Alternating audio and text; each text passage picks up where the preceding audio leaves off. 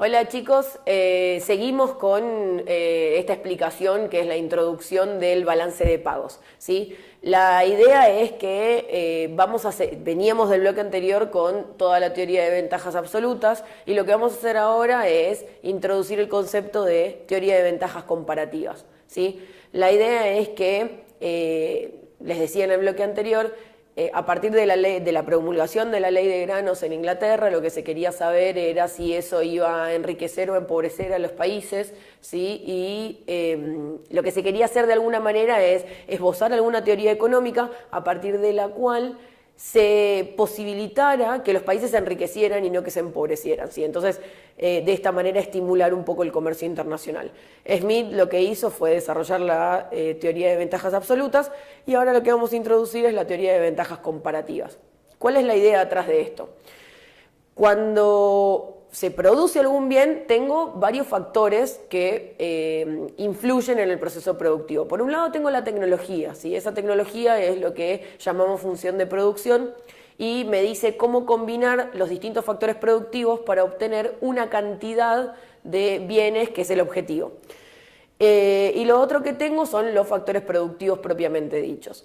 Lo que tengo es capital, tierra y trabajo y a veces, si desarrollo un poco más la teoría, también tengo el factor empresario, que es el que me dice cómo se lleva adelante la producción de una industria. Entonces la idea que tengo es que esos factores productivos son conocidos por todos, ¿sí? En términos de que la forma de producir algún bien o servicio, una vez que sale el bien o el servicio al mercado, ya es conocida por todos. El capital también es un bien que podríamos decir que es homogéneo, ¿sí? Todas las industrias que quieran producir algún tipo de bien van a acceder a los mismos bienes de capital. La tierra es un factor limitado y entonces no puedo jugar mucho tampoco con ese factor productivo. Entonces lo que hace Ricardo es desarrollar toda una teoría de ventajas alrededor del comercio internacional y de la producción que tiene que ver con el factor trabajo, ¿sí? El factor trabajo es el factor que va a ser completamente flexible y que depende del país en el cual estoy. Sobre todo el precio del factor trabajo depende del país en el cual estoy, ¿sí? Entonces la idea es que lo que voy a hacer es analizar la cantidad de trabajo que es socialmente necesaria para la producción de un bien, ¿sí? ¿Y por qué digo socialmente necesaria? Piensen que cada uno de nosotros producimos o participamos de cualquier proceso productivo a un ritmo diferente, ¿sí? No todos tenemos el mismo ritmo de trabajo, no todos vamos a cumplir con los mismos horarios y con los mismos objetivos. Entonces, si yo lo que hago es, de alguna manera, medir a cada una de las personas, no voy a llegar a algo que sea a nivel social y lo que estamos estudiando acá es macro y son variables agregadas. Entonces, lo que tengo que hacer es medir el trabajo socialmente necesario para cada uno de los procesos productivos.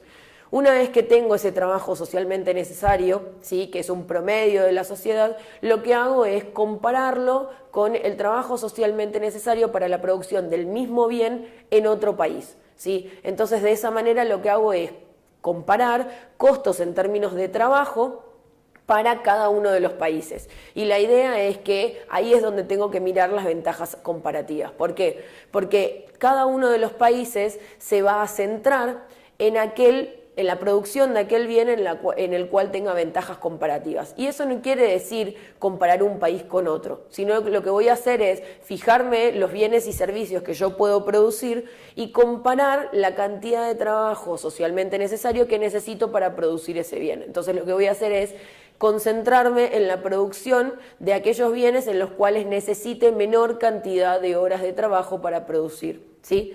Entonces, de esa manera, todos los países van a poder producir distinta cantidad de bienes y servicios, ¿sí? La idea no es que si Estados Unidos produce de manera más eficiente que la Argentina no produce nada y Estados Unidos produce todo. La idea es que me tengo que fijar, si yo, por ejemplo, voy a comparar bienes de capital con aceites, como Argentina tiene ventajas comparativas en la producción de aceites, no se va a centralizar en la producción de bienes de capital, sino que los bienes de capital los va a importar y va a concentrarse en producir aceite y ese aceite lo va a exportar. Entonces, de alguna manera va a obtener recursos a partir de las exportaciones para destinarlos hacia la compra de importaciones. Entonces, a partir de esto lo que tenemos son varias características, ¿sí? hay una ganancia bastante importante a partir del comercio internacional. ¿Por qué? Porque solamente gasto la cantidad de recursos, ¿sí?, en términos de dinero, que es lo mínimo posible para hacerme de todos los bienes y servicios que necesito.